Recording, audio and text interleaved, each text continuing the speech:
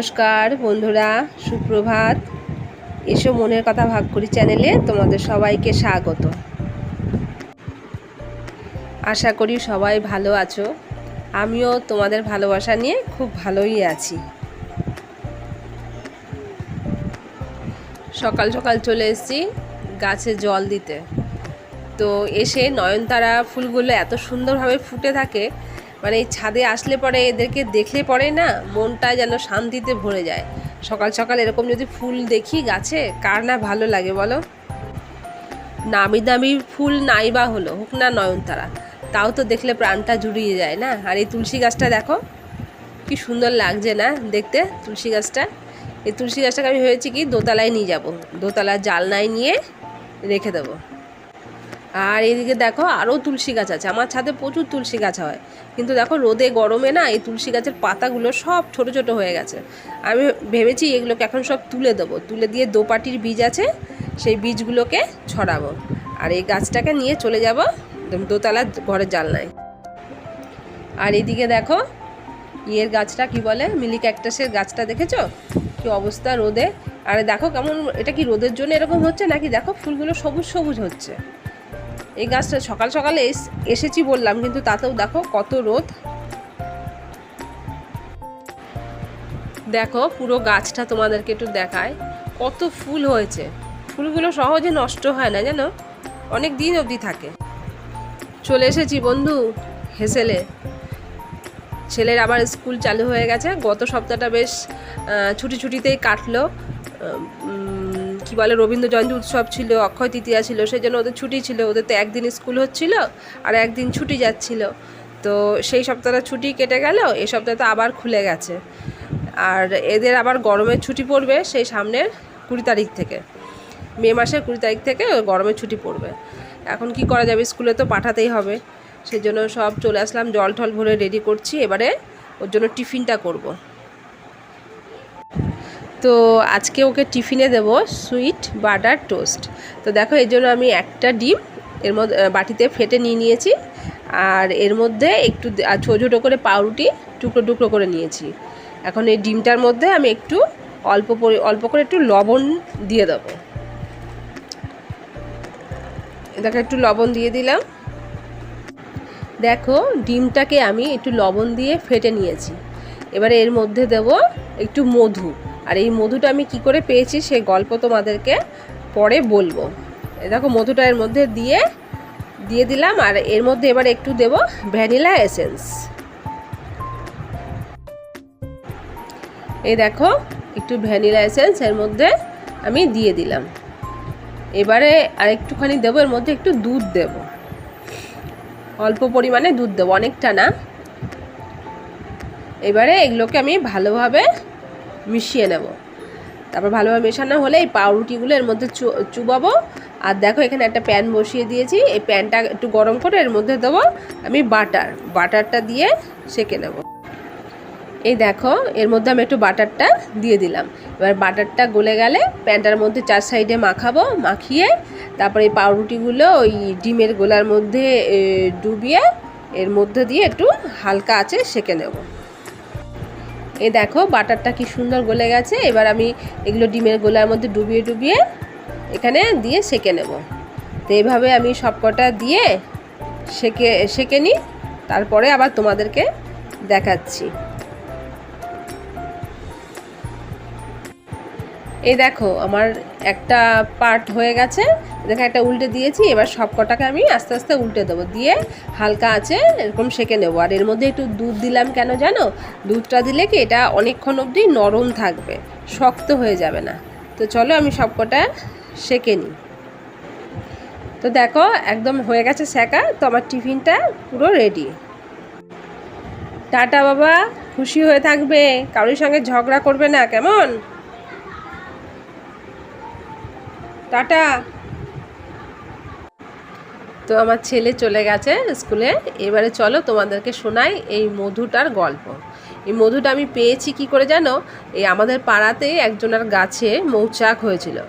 তো মৌচাকটা তা ওনারা খবর দিয়েছিল যারা মৌচাক কাটে তাদেরকে। তো তারা এসে মৌচাকটা কাটে এবং পাড়াতেই ওরা কেজি হিসাবে মধুটা বিক্রি করে। তো ওখান থেকেই আমি নিয়েছি। আর দেখো এই মধুর শিশির মধ্যে দেখো আমি দিয়েছি, কি বলে, গোটা শুধু শুকনো লঙ্কা আর গোলমরিচ। এটা দিয়ে রাখলে কি হয় জানো তো, মধুটা নষ্ট হয় না, অনেক দিন পর্যন্ত মধু ভালোই থাকে।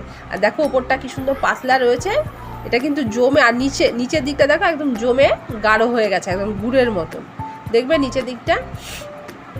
আর ওপরে এই শুকনো লঙ্কা এটা দেয়া থাকলে কি হয়, ওপরটা এরকম সুন্দর পাতলা থাকে। এই দেখো কি সুন্দর পাতলা আছে, দেখেছো? আর এই দেখো নিচটা দেখো জমে গাঢ় হয়ে গেছে। এক এক সময় তাই ভাবি, মানে সৃষ্টিকর্তার কি অপূর্ব লীলা খেলা না।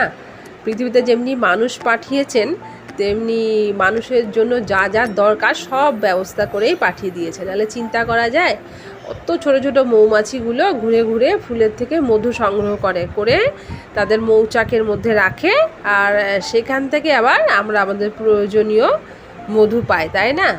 তো দেখো এর মধ্যে আবার এক ভদ্রমহিলা এসেছিলেন আমাদের বাড়িতে।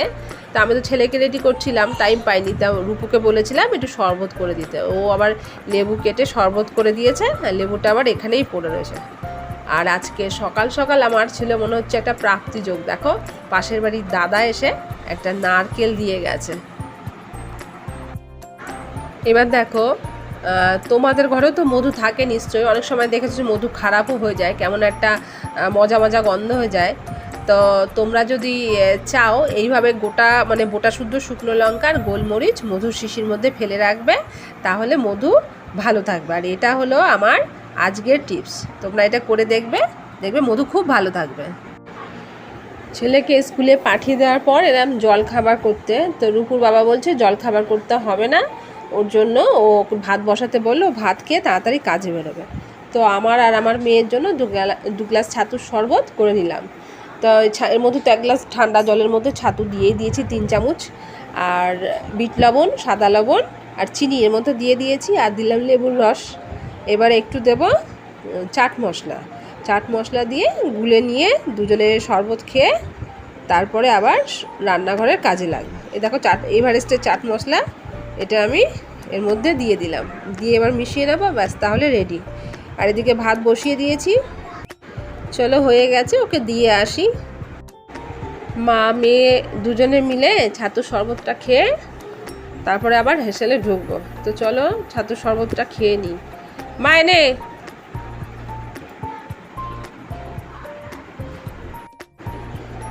আর একটা জিনিস তোমাদেরকে দেখায়, এই দেখো আমি তুলসী গাছটা বলেছিলাম না দোতলার নিয়ে আসবো, এই দেখো আমার এই শোয়ার ঘরের জানলাতে তুলসী গাছটা রেখে দিয়েছি, আর পাশে এই যে পুদিনা গাছটা। আর তুলসী গাছ জানো তো, আমি শুনেছি যে মশার উপদ্রব নাকি কমায়। আর তুলসী গাছ না খুব মানে প্রচুর পরিমাণে অক্সিজেনও দেয়, অন্যান্য গাছের চাইতে বেশি অক্সিজেন দেয়। তা ও আবার দিনের বেলায় অক্সিজেন দেন না, উনি অক্সিজেন দেন সন্ধেবেলায়। তো ভাত তো বসিয়ে গেছিলাম, এখন রান্নাঘরে এসে দেখি যে ভাতে লাগবে জল। এবার তোমরা তো জানো আমি ফ্লাক্সে গরম জল করেই রাখি, তো এখান থেকে জল দিয়ে দিলাম। তবে রান্নাঘরে এসে রান্না করব কি, দেখো এক ঝুড়ি বাসন পড়ে রয়েছে, রান্নায় মন বসছে না। এখন এইগুলোকে জায়গায় না দেওয়া পর্যন্ত কোনো কাজই আর হবে না। আর আজকে ভেবেছি রান্না করব, ভাত তো বসিয়ে দিচ্ছি, রান্না করব আজকে উচ্ছে ভাজা করব। দেখেছো এই দেখো উচ্ছেগুলো, দেখেছো উচ্ছেটা, এগুলো করলাগুলো দেখো হলুদ হয়ে যাচ্ছে। আর ভাবছি 2টো আম কেটে শুকোতে দেবো, আর একটা আম দিয়ে ডাল করে ফেলবো। আর এখানে পটল, এই দেখো পটলও কেমন লাল হয়ে যাচ্ছে, দেখেছো? ভাবছি যে পটলের ভর্তা করব। আর এই পেঁপেটা ডালে সেদ্ধ দেবো। ডালে সেদ্ধ দিলে হয় কি, এর মধ্যে নুন হলুদ ঢুকে যায়, তবে খেতে ভালো লাগে। একটা রূপুর জন্য দেবো, এক টুকরো ওর বাবার জন্য দেবো। যদি এটাকে আমি এমনি ভাতে দিই না সেদ্ধ, তাহলে রূপু খেতে চাইবে না, ডালে দিলে খেতে ভালো লাগবে। তো চলো আগে বাসনপত্রগুলো গুছিয়ে নিই।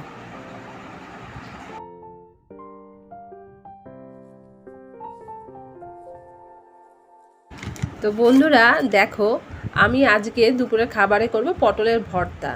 তো এই জন্য দেখো পটলগুলো ভালো করে ধুয়ে টুকরো টুকরো করে কেটে নিয়েছি, আর অল্প অল্প করে খোসাগুলো ছাড়িয়ে নিয়েছি। বেশি খোসাগুলো ছাড়াতে হবে না, কেননা পটলের খোসার মধ্যে কিন্তু অনেক খাদ্যগুণ বজায় থাকে। এবারে করব কি, পটলের এই টুকরোগুলোকে আমি কুকারে দিয়ে দেবো। কুকারে দিয়ে অল্প একটু লবণ দেব আর অল্প জল দিয়ে একটা সিটি দিয়ে ভাপিয়ে নেব। এটাকে তোমরা কড়াইতেও করতে পারো, কিন্তু কড়াই তবে কি জলটা, পটলের জলটা না ফেলবে না, কারণ ওই পটল সেদ্ধ জলের মধ্যে তো অনেক খাদ্যগুণ বজায় থাকবে, জলটা ফেলে দিলে তো সেই গুণটা চলে যাবে।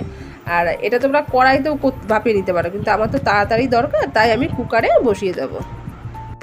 এই দেখো আমি পটলের টুকরোগুলো কুকারের মধ্যে দিয়ে দিয়েছি, দিয়ে এবার মধ্যে অল্প করে একটু লবণ দেবো, দিয়ে অল্প একটু জল দেব, জল দিয়ে একটা সিটি দিয়ে ভাপিয়ে নিয়ে এটাকে ঠান্ডা করে নেব। এই দেখো এবার আমি পটলগুলোকে ঠান্ডা করে নিয়েছি। এই দেখো আর পটলের মধ্যে দেখো অল্প অল্প জল রয়েছে, দেবে? এই দেখো জলটাকে আমি ফেলবো না, জল শুদ্ধই আমি বাটবো।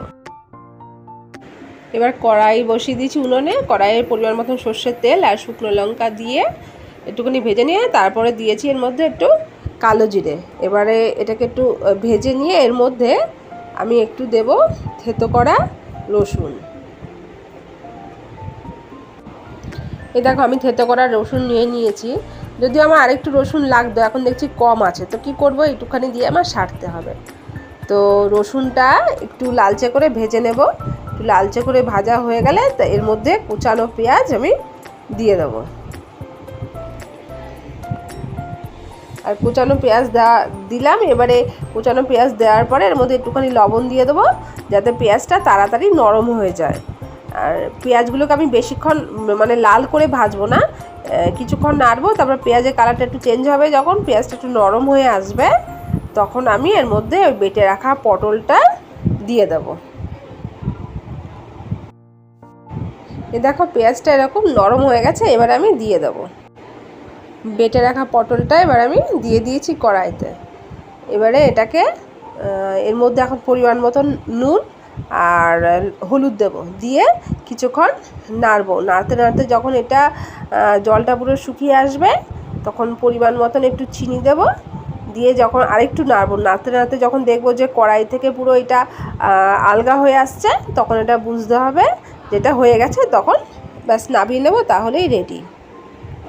এই দেখো যখন পটলটা এইরকম হয়ে আসবে, ঠিক নাড়তে নাড়তে কড়াই থেকে আলগা হয়ে গেছে, এখন বুঝতে হবে এটা হয়ে গেছে।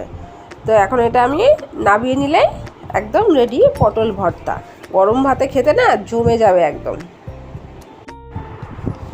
এই হলো আমার পটল ভর্তার ফাইনাল লুক। তো চলো এখন খাওয়া দাওয়াটা সেরে নিই। এখন আমি আবার ছাদে চলে এসেছি, এখন বাজে মোটামুটি 5:30 পৌনে 6টা বাজে। দেখো আকাশটা কি সুন্দর হয়ে রয়েছে, সূর্য অস্ত যাচ্ছে। আর এইরকম আকাশ দেখলে জানো তো আমার সেই ছোটোবেলার কালী পুজোর প্যান্ডেলের কথা মনে পড়ে যায়। কালী পুজোর প্যান্ডেলে গেলে দেখতাম যে কালী ঠাকুরের সঙ্গে আরও আশেপাশে অনেক স্ট্যাচু আছে, আর পেছন দিকে এরকম আকাশটা সিনারি করে রাখতো, এরকম দেখতে ভারী ভালো লাগতো। সেই ছোটোবেলার কথাগুলোই এখন মনে পড়ে যাচ্ছে। আর এই মুহূর্তে সূর্যটাকে দেখো বন্ধু, একবার চলে যাচ্ছে মেঘের আড়ালে, আবার ফিরে আসছে। মনে হচ্ছে যেন ওর কত কথা বলার বাকি রয়ে গেছে, সেই কথা বলার জন্যই যেন একবার মেঘের আড়াল থেকে আবার বেরিয়ে আসছে, তাই না? কি সুন্দর লাগছে না দেখতে, মন ভরে যাচ্ছে।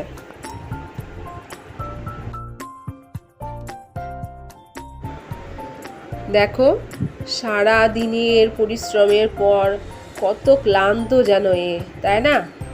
সারা দিনের কত অন্যায় অত্যাচার, কত ভালো মন্দের সব কিছুর সাক্ষী রইল এই শেষ বেলার সূর্য। এত সব জানা সত্ত্বেও দেখো কোনো প্রতিবাদ নেই, নির্বিকারে নির্বিচারে আবার পরের দিন রাতের অন্ধকার কাটতে না কাটতেই আবার ফিরে আসবে এই আকাশের বুকে মানুষকে আলোর পথ দেখাতে, তাই না? ভালো থেকো তুমি দিবাকর, আর প্রতিদিন এইভাবেই মানুষকে তুমি আলোর পথ দেখিয়ে যেও। শুভ সন্ধ্যা সবাইকে। আর এই সন্ধ্যাবেলায় রূপু বসে গেছে একটা মাটির থালায় ডিজাইন করতে, ওর এক বান্ধবী ওকে থালাটা দিয়ে গেছে ডিজাইন করতে। তো ওর এই কাজগুলো করতে এত ভালো লাগে কি বলবো, একটু আগে দেখলাম ওইটা শুরু করলো, এর মধ্যে শেষ হতে চললো। মেয়েটা এরকম অনেক কিছু করতে জানে, কিন্তু ও না কারোর কাছে প্রকাশ করতে চায় না, খুব লুকিয়ে রাখে। দেখো তোমাদেরকে একটু কাছের থেকে দেখায়, কেমন লাগছে দেখো তো, ভাল লাগছে? আমার তো খুব সুন্দর লাগছে। ওর এরকম আরও অনেক থালায় ডিজাইন করা আছে জানো। এগুলো এবার আমাদের ঘরে তো আর সাজিয়ে রাখার জায়গা নেই, তাই ওই সব ভরে রাখতে হয়। এগুলো যখন সরস্বতী পুজো, লক্ষ্মী পুজো হয়, ঠাকুরের পাশ দিয়ে সব সাজালে কিন্তু বেশ সুন্দর লাগে। তো দেখো কি সুন্দর হচ্ছে না। আর যদি আমার ভিডিওটা আজকে এখানেই শেষ করতে হবে। তোমাদের যদি ভালো লাগে একটা লাইক, শেয়ার, কমেন্ট করো। আর চ্যানেলটা যদি ভালো লাগে তাহলে একটা সাবস্ক্রাইব করে আমার পাশে থাকার অনুরোধ রইল। আর সাবস্ক্রাইব বাটনের পাশে যে বেলটা আছে, আইকন বেলটাকে, ওটাকে ক্লিক করে দিও, তাহলে সমস্ত ভিডিওগুলো পেতে তোমাদের কোনো অসুবিধা হবে না। সবাই ভালো থেকো, আনন্দে থেকো, টাটা।